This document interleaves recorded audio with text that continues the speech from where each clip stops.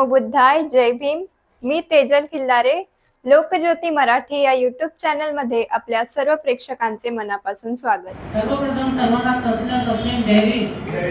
जय भीम. जय भीम.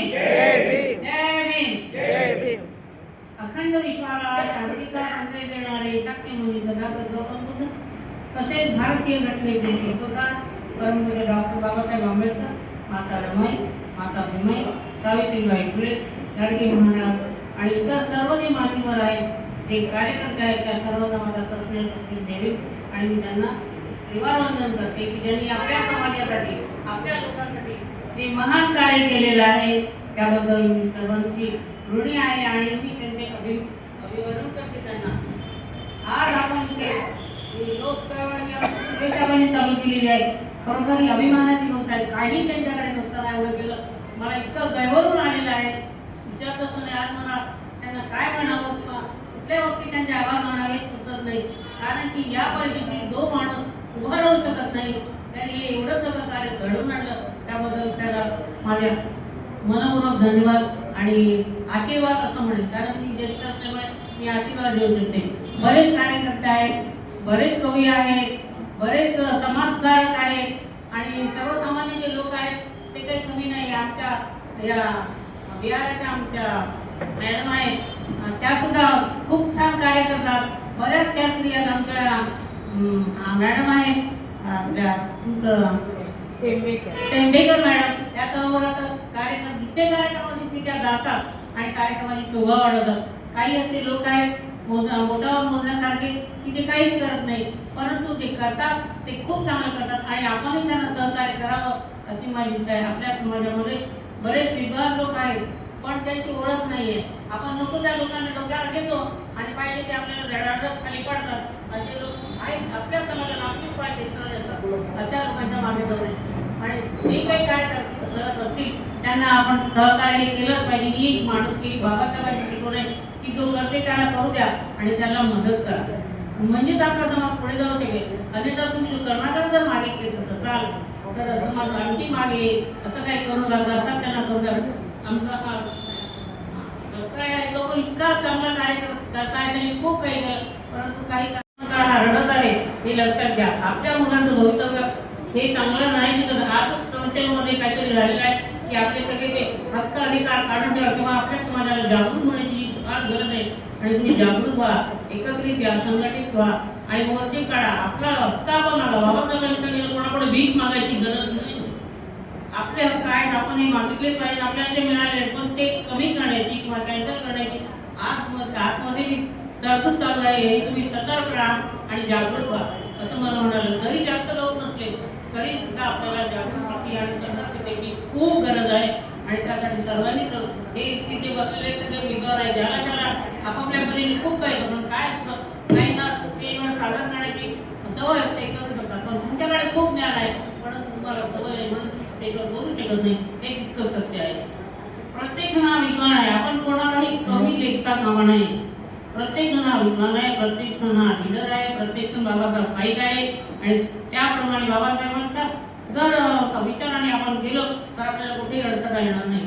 आपण पुढे जो कोणी कार्य करत असेल, जो कोणी सत्कार्य करत असेल, जो कोणी आपण स्वतःहून पुढे असेल त्याला आपण मागे घेतल्याचा प्रयत्न करू नये, त्याला पुढे जायला द्यायला पाहिजे आणि यथाशक्ती आपण अशा व्यक्तीला मदत करायला पाहिजे. आपण तर करू शकतच नाही, तो करतोय त्याला तर करू नये कमी त्याला तर प्रोत्साहन दे अशी माझी धारणा आहे.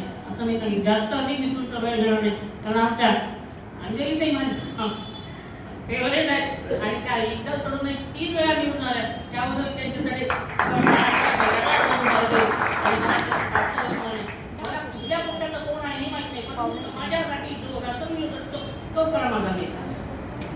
या पक्षात आहे तो त्या पक्षात परिवर्तनाची लोक चळवळ आणि कुठल्याही चळवळीमध्ये महिलांनी सहभाग घेतला पाहिजे आणि सहभाग घेऊन त्यात हिरिरीने काम केलं पाहिजे.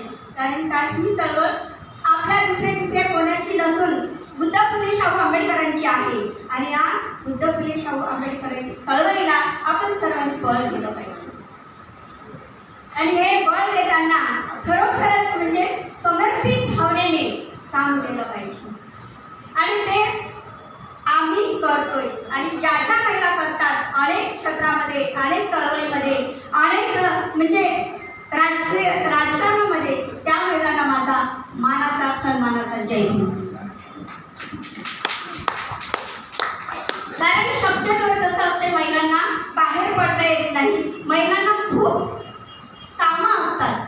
मीच माझी मुलं 16 वर्षापूर्वी माझे छोटे छोटे, माझे तर थोडे मोठे होते, कॉलेजला जात होते, पण माझे नातवंड घेऊन मी येत होते. मीटिंगला असो, प्रोग्रामला असो, याची रमाई परिषद झाली होती, आपल्या रमाई परिषद झाली होती दादरला, तर तिथे माझा नातू मी घेऊन गेली होती. किती महिन्याचा होता? अवघी 4 महिन्याचा होता. मला सांगायचं कशासाठी मी सांगत आहे की ही महिलांना प्रेरणा भेटली पाहिजे, कारण चळवळीत बळ दिलं पाहिजे. चळवळीचा एवढा त्याग आहे, सावित्रीबाई फुलेचा एवढा त्याग आहे, त्या त्यागाची कुठलीच जाणीव नाही महिलांना. काय कसलीच जाणीव नाहीये का? कधी करणार हे? कधी स्वतःचं परिवर्तन करणार? परिवर्तन स्वतःमध्ये आत्मसात करा, तरच आपला देश प्रगतीपथावर जाईल, तेव्हाच आपण दुसऱ्याचे परिवर्तन करू शकतो, अन्यथा नाही. जास्त लावले असेल तर मी आता थांबते, कारण दुसरं पण सत्र चालू होणार आहे. बरं, मी एवढंच सांगते आणि इथेच थांबते. जय भीम, जय भारत, जय संविधान, जय भारत. वारंवार करून द्यावं लागते. छोट्या छोट्या गोष्टीतून डॉक्टर बाबासाहेब आंबेडकर यांचं मूल्य आज कळणं खूप गरजेचं आहे. आणि अशा परिवर्तन सारख्या चळवळीत वारंवार कार्यक्रम घेणं, आता काल महाडला आपलं 99 100वे, पुढच्या वर्षी 100वर 14 तारखेचं सत्याग्रहाचं येतं, त्या निमित्ताने इथूनही खूप लोक गेलेले आहेत. तर अशा नुकतंच बुद्धविहार समितीचं मोठं अधिवेशन महेंद्र बाळसाखळे यांनी मोठं अधिवेशन आमच्या उल्हासनगरला भरलं, खरंच त्याचा पण आम्हाला खूप अभिमान आहे आणि अतिशय सुंदर रीतीने ही चळवळ त्यांनी उभी केलेली आहे. तर अशा छोट्या छोट्या चळवळीतून आणि अशा चळवळीतून लोकांचं एकत्रित होणं आणि विचारांची देवाणघेवाण होणं खूप गरजेचं आहे. आज मी इथे जास्त न बोलता, आता पडघांतही जास्त बोलतील, त्या जास्त चांगलं बोलू शकतात. मी जरी राजकारणात असले तरी पण खूप जास्त भाषण देऊ शकत नाही. तर सगळ्यांचे खरंच परत एकदा मनपूर्वक आभार मानते आणि इथे खूप खूप अभिवादन. आज जो आपण हा कार्यक्रम करतो ते सूर्य सरांच्या माध्यमातून, सूर्य सरांनी जे नियोजन आणि आयोजन हे त्यांचंच असतं, त्याच्यामुळे वेळेच्या अभावी या कार्यक्रमाला थोडा उशीर होतो. पहिल्या सत्रामध्ये जे बाबासाहेबांचे अतिशय असे सुंदर गाणे झाले, जे गाणे अतिशय मंत्रमुग्ध करणारे होते, म्हणजे बाबासाहेबांच्यामुळे जी आपल्याला एनर्जी आहे आणि जे आपण जीवन हे करतो ते म्हणजे एवढं हे आहे की आपल्याला एक नवीन उमेद मिळते जगण्याची. आणि हेच एक लोकपरिवर्तन चळवळीचं एक साध्य आहे की लोकांनी एकत्र येणं आणि अशा चळवळीच्या माध्यमातून आपण बाबासाहेबांचे विचार, माता रमाबाईंचे विचार, सावित्रीबाई फुलेंचे, हे जे आपण घराघरा पोहोचतो, हे अशा चळवळीतूनच हे काम होतं. आणि हे जे परिवर्तन एक चळवळ आहे, ही सुर्वे सरांनी आज 16वं अधिवेशन आहे आणि अनेक मान्यवर त्यांनी त्यांच्या याच्यामधून बोलवलेले आहेत. आणि आज या अध्यक्ष आहेत त्या ज्या परिवर्तनाची सुरुवातच त्यांनी केलेली आहे, लताताई पडघाण, आणि ज्या आपल्या आदरणीय अशा अंजलीताई साळवे, ज्या आता तिसऱ्यांदा निवडून आलेल्या आहेत, त्यांचे इथे मनपूर्वक स्वागत करते. आणि आमच्या सिनियर अनुराधा वानखेडेताई, त्यांचेही मी स्वागत करते.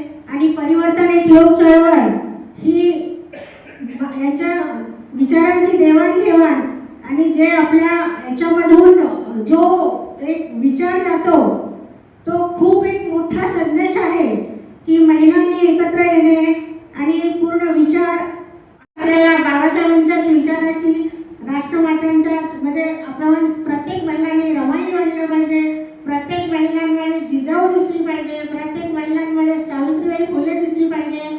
लोकपरिवर्तन चळवळीच्या माध्यमातून जर अशी विचारसरणी जर पुढे नेण्याचं काम कोण करत असेल तर ते सूर्य सरांचे आहे.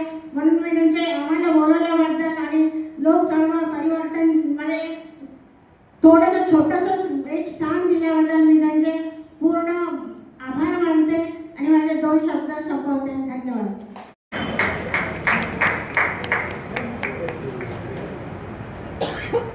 आमचे असेच नवीन नवीन व्हिडिओज पाहण्यासाठी आमच्या यूट्यूब चॅनलला लाईक, शेअर, कॉमेंट व सबस्क्राईब करायला विसरू नका.